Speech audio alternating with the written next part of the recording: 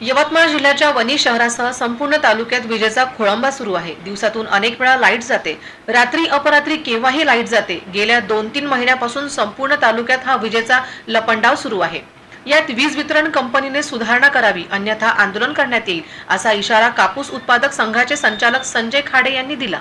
अरे वारंवार शेतकरी पाहिलं, शेतकऱ्याची एवढी दैनीय अवस्था आहे। त्यांना त्यात एजी पंपाचा विचार केला, त्यांना एका आत्ताच शेतकऱ्या मोहरीच्या कुठून शेतकरी आला, त्यांच्या कमीत कमी 7-8 दिवस 10 दिवस झाले त्याच्या सावरा शेतकऱ्याला, भयाजी पिंपळगा सावरा शेतकऱ्याला त्यांनी 10 ते 12 दिवस झाले त्याची पोल पोडणं आहे, पण कोणी दखल घ्यायला तयार नाही। असं जर यांचं दुर्लक्ष केलं शेतकरी काय करणार आहे? शेतकरी स्वतः पोल उभा करणार आहे का? तर यांना मोठ्या प्रमाणात बिल वसुली करते, मग त्यांचं काम आहे। त्यांना एखाद्या शेतकऱ्याचं जर पोल पडले असेल, लाईन गेली असेल, त्यांना तात्काळ त्यांना मदत केली पाहिजे व त्यांचे पोल उभारले पाहिजे व त्यांच्या बिलाबद्दल जे तगादा लावत असेल, तगादा हे चुकीचं आहे। तर तगादा लावणं हे शेतकरी पहिले शेतकऱ्यांचं आता एवढी परिस्थिती बेकार आहे, सोयाबीनला भाव नाही, कापसाला भाव नाही, मिरचीला भाव नाही, याला भाव नाही, त्यामुळे शेतकरी आर्थिक संकटात मोठ्या प्रमाणात आला। त्यामुळे शेतकरी आत्महत्या करत आहे। आत्महत्या रोखण्यासाठी तर त्यांना जर 24 तास जर लाईन मिळाली तर तो आत्महत्या करणार नाही किंवा त्यांना तो आपला डबल किंवा टिबल उत्पन्न घेऊन आपला एक उदरनिर्वाह चांगल्या प्रमाणात करेल। पण भविष्यात असा प्रकार